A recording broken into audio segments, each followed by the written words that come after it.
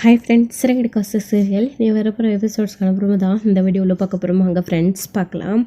இப்போது ரோகிணி வந்துட்டு அதாவது ஸ்ருதியோட அம்மா கிட்ட வாங்கின பணத்தை அவங்க திருப்பி கேட்டுக்கிட்டே இருக்காங்க. அதுக்கு என்ன பண்ணுறதுன்னு தெரியாமல் திரண்டு போய் நின்றுட்டு இருக்கும்போது மனோஜ் வராரு. ஸோ அவர் தான் ஏமாந்தவராச்சு, எப்படியாச்சும் அவர் தலையில் மிளகா அரைச்சிடலாம், அவர்கிட்ட இந்த பணம் வாங்கிக்கலாம் அப்படின்னு சொல்லிட்டு ரோகிணி நினச்சாங்க. ஆனால் அது இல்லை, முடியாது, என்கிட்ட இல்லை பணம் அப்படின்னு சொல்லிட்டு மனோஜ் சொல்லிடுறாங்க. ஆல்ரெடி கொஞ்சம் பணம் கொடுத்ததுக்கே அதாவது 50,000 ரூபா ஒரு முறை விஜயாவோட கல்யாணத்துக்குன்னு சொல்லி ஏமாற்றி வாங்கினாங்க. அப்போவே விஜயாவுக்கு தெரிஞ்சு பயங்கரமாக கோவப்பட்டு மனோஜ் சண்டை போட்டு திட்டினாங்க. இப்போ 2 லட்சம் ரூபாய் கொடுத்தா அவ்வளோதான், நம்ம மனோஜை உண்டு இல்லைன்னு பண்ணிடுவாங்க, இதுக்கு உனக்கு அவ்வளோ பணம் அப்படின்னு கண்டிப்பாக கேட்பாங்க.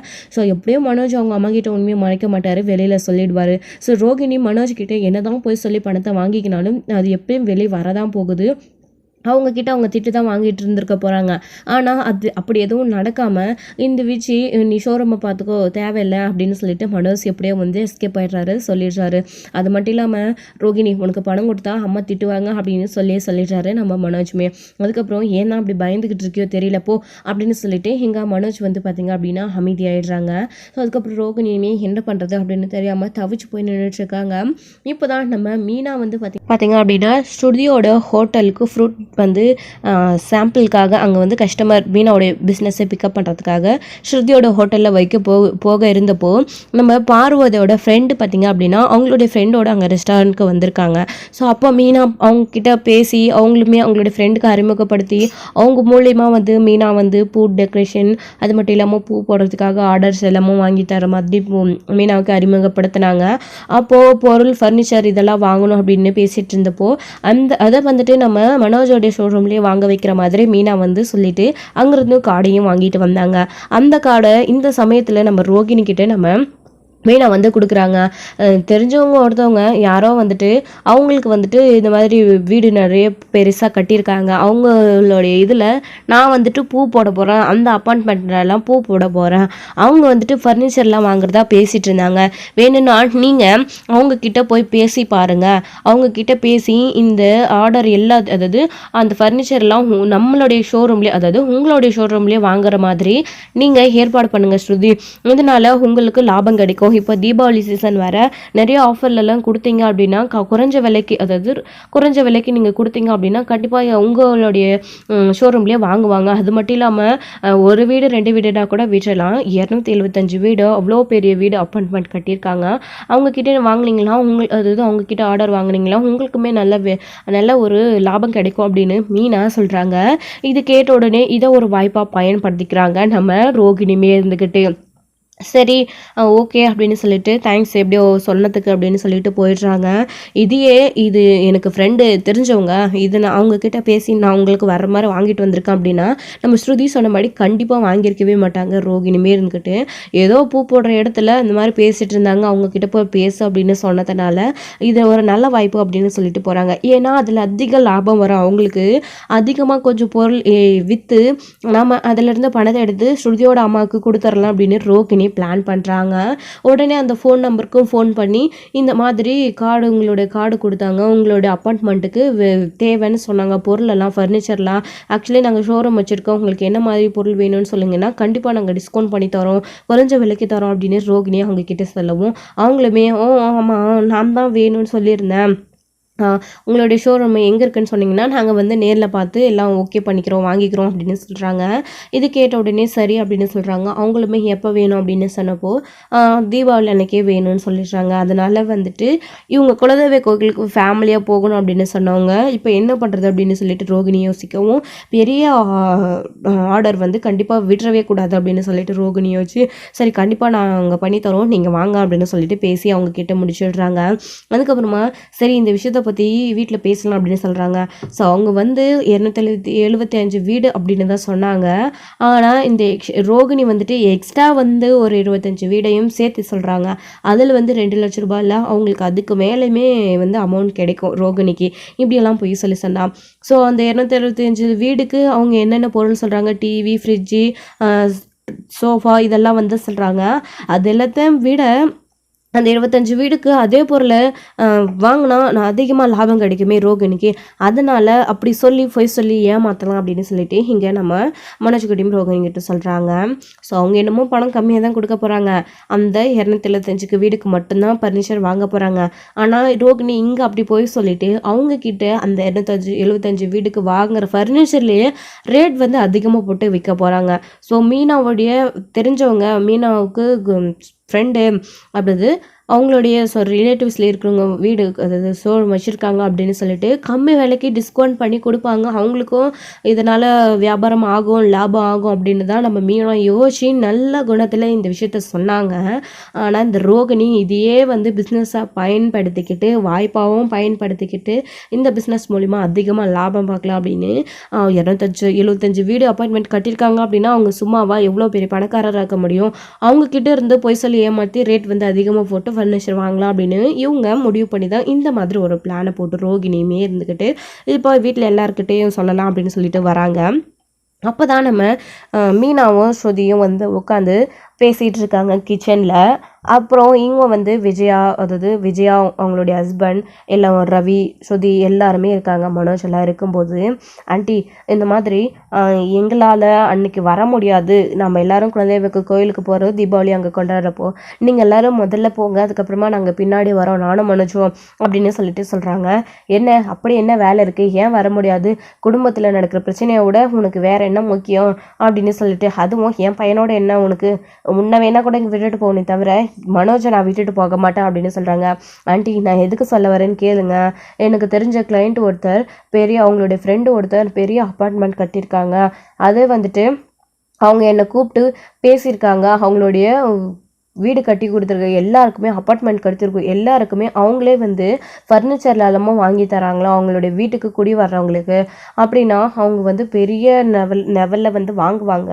இப்போ தீபாவளி அப்படின்றதுனால ஆஃபரில் கிடைக்கும்னு அவங்க கேட்டிருக்காங்க. அதனால தான் நானும் மனோஜும் அன்றைக்கி வர முடியாதுன்னு சொல்கிறோம்.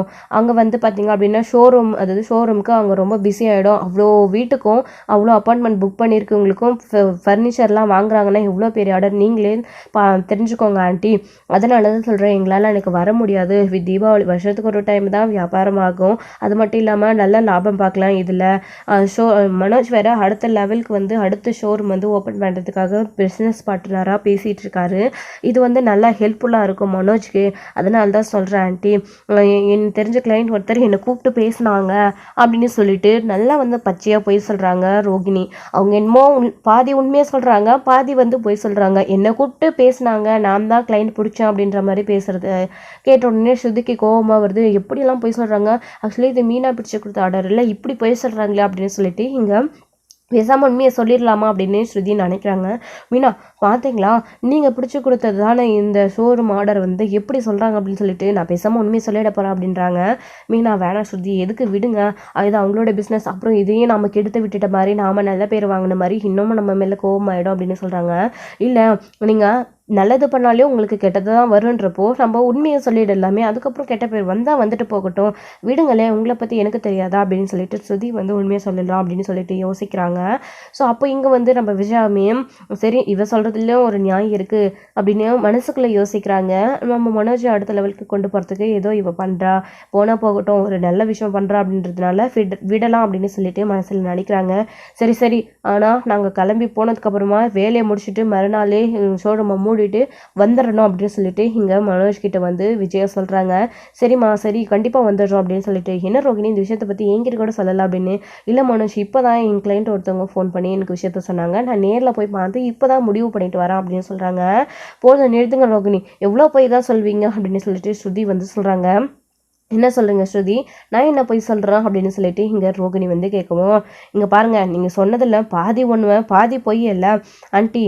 இவங்க ரோகிணி வந்துட்டு அவங்களுடைய ஷோரூமுக்கு இப்போது அப்பார்ட்மெண்ட்லேருந்து ப்ராடக்ட் வாங்க வராங்கன்னு சொன்னதெல்லாம் உண்மை தான். ஆனால் இது வந்து இவங்களே பேசி அவங்கக்கிட்ட கிளைண்ட் கிட்ட பேசி இவங்க மூலிமா வந்த ஆர்டர் கிடையாது, இது ஆக்சுவலி மீனா மூலிமா வந்த ஆர்டர் அப்படின்னு சொல்கிறாங்க. ஸ்ருதி ஏங்க நான் தான் வேணான்னு சொன்னேன்ல அப்படின்னு சொல்லிட்டு மீனா சொல்கிறாங்க. என்ன மீனா இது என்ன சொல்கிறது பழங்குறதில்ல அப்படின்னு சொல்கிறாங்க. ஏங்க இந்த விஷயத்தை பற்றி ஸ்ருதி கிட்ட பேச வேணாம் தான் சொன்னேன், ஆனால் ஸ்ருதி தான் கேட்கல அப்படின்னு சொல்லிட்டு மீனா சொல்லிட்டு இருக்காங்க. ஒன்றுமே புரியலையே அப்படின்னு சொல்லிட்டு முத்து குழப்பத்தில் இருக்காங்க.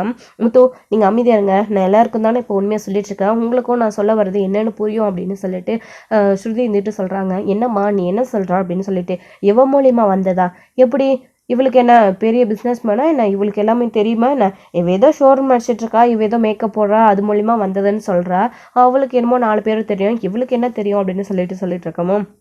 பார்த்தீங்களா ஸ்ருதி, இதுக்கு தான் நான் வேணான்னு சொன்னேன் அப்படின்னு மீனா சொல்லிட்டு இருக்கவும், இதுக்கு தான் மீனாவுமே பயந்துக்கிட்டே விஷயத்தை யார்கிட்டையும் சொல்ல வேணான்னு சொன்னேன். ஆனால் ரோகிணி இவங்களால வந்தது இந்த ஆர்டரே அப்படின்னு சொல்லும்போது என்னால் பார்த்துக்கிட்டு அமைதியாக இருக்க முடியல. ஆக்சுவலி மீனா அந்த புதுசாக ஆரம்பிச்சிருக்காங்களா ஃப்ரூட் பொக்கே, அது வந்து சாம்பிளுக்காக எங்களுடைய ஷோரூம் அதாவது ஹோட்டலில் ரெஸ்டாரண்ட்டில் வைக்கிறதுக்கு வந்திருந்தாங்க. அப்போது அதான் உங்களுக்கு டாக்டர் பட்டம் வாங்கி கொடுக்குறதா சொல்லியிருந்தாங்களே ஆண்டி, அவங்க வந்துட்டு அதாவது குமாரோடைய அத்தை, அவங்களுடைய ஃப்ரெண்டோடைய சாப்பிட்றதுக்காக ஹோட்டலுக்கு வந்திருந்தாங்க.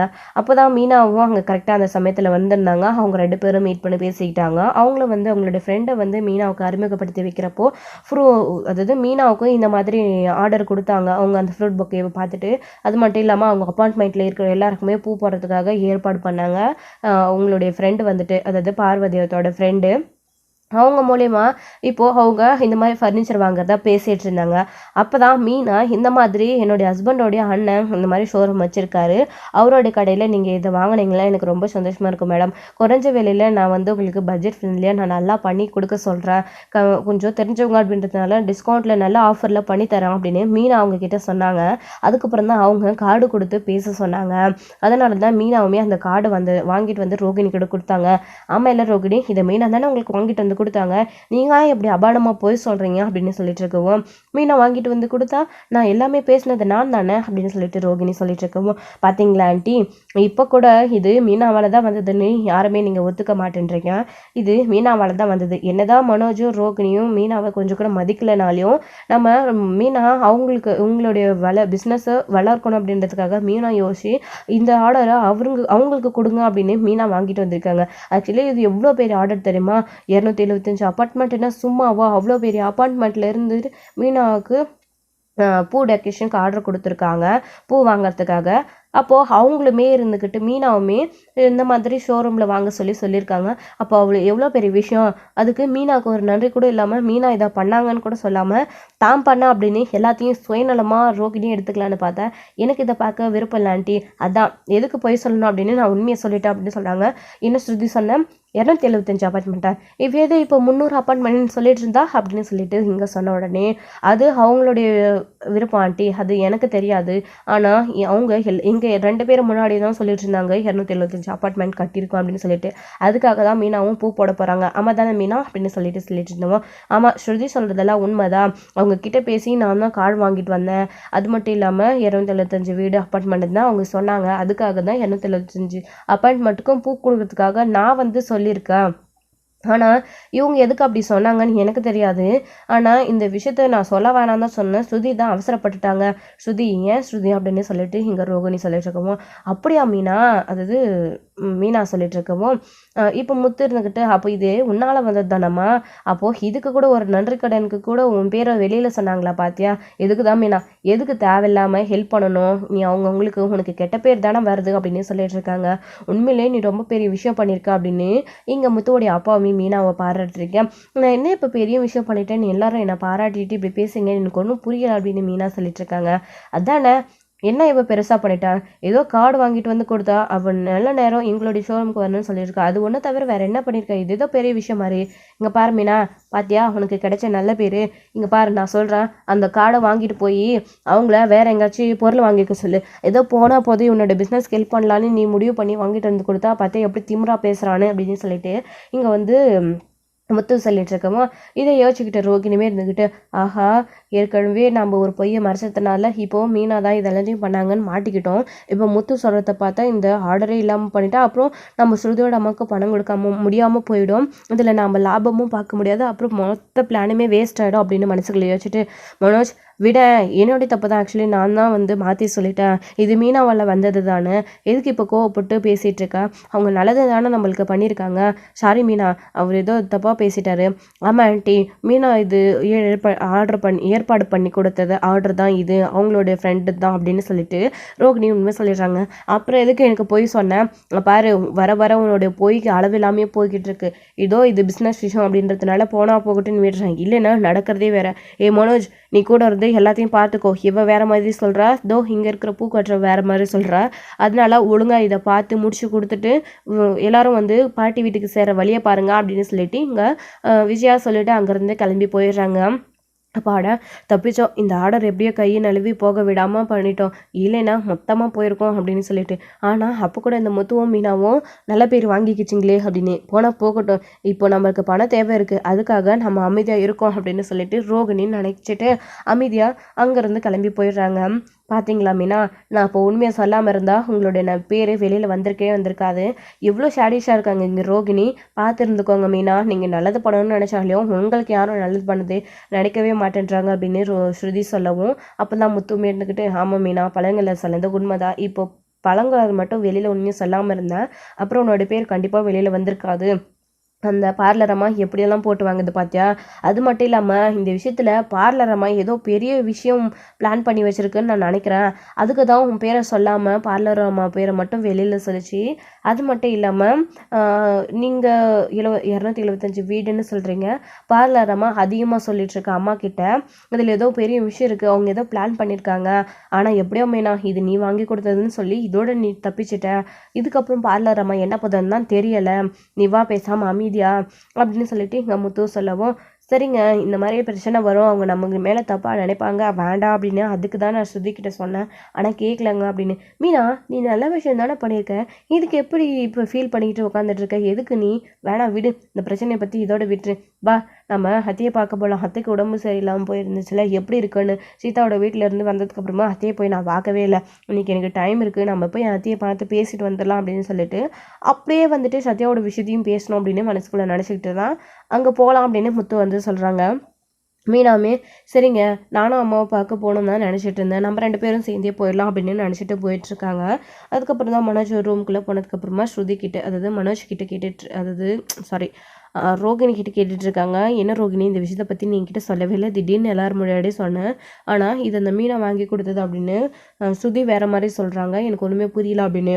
ஆமாம் மனோஜ், அவங்க தான் கார்டு கொண்டு வந்து கொடுத்தாங்க, எதுக்கு அவங்கக்கிட்ட விஷயத்த அதாவது அவங்க கொடுத்தாங்கன்னு வெளியில் சொல்லிக்கிட்டு, இது நம்மளால் வந்த மாதிரி ஆன்டி கிட்ட நான் நல்ல பேர் வாங்கலான்னு நினச்சேன், ஆனால் அதுதான் கடைசியில் அந்த மீனா நல்ல பேர் வாங்கிட்டு போயிட்டாலே, எல்லாத்தையும் கெடுத்துட்டாலே, ஏதோ போனால் போகட்டும், பெரிய அப்பார்ட்மெண்ட்டு பெரிய பிஸ்னஸ் மேன் அப்படின்றதுனால நம்ம ஷோரூமுக்கு லாபம் பண்ணுறதுனால அமைதியாக வந்துட்டேன் மனோஜ், நான் எதுவும் பேசலை, நான் உண்மையிலே தான் பேசியிருக்கேன், போய் சொல்லலை மனோஜ் அப்படின்னு சொல்லிட்டு ரோகிணி சொல்லிட்டு இருக்கவும், சரி வீடு ரோகிணி போனால் போகட்டும், அதான் இவ்வளோ பெரிய இது கிடச்சிருக்குல்ல நம்மளுக்கு, நம்ம பிஸ்னஸை தான் கவனிக்கணும், வீட்டு சூழ்நிலை என்னென்னு நம்ம கவனிக்கக்கூடாது, யார் எப்படி போனால் என்ன, கண்டிப்பாக நீ அம்மா கிட்டே நல்ல பேர் வாங்குவேன், அம்மா உன்னை புரிஞ்சுப்பாங்க, நீ கவலைப்படாத, நம்ம இந்த பிஸ்னஸை பார்த்துட்டு இதிலேருந்து லாபம் கொண்டா கண்டிப்பாக அம்மா நம்மளை பாராட்டுவாங்க, விடு ரோகிணி அப்படின்னு சொல்லிட்டு மனோஜுமே பேசிகிட்டு இருக்காங்க.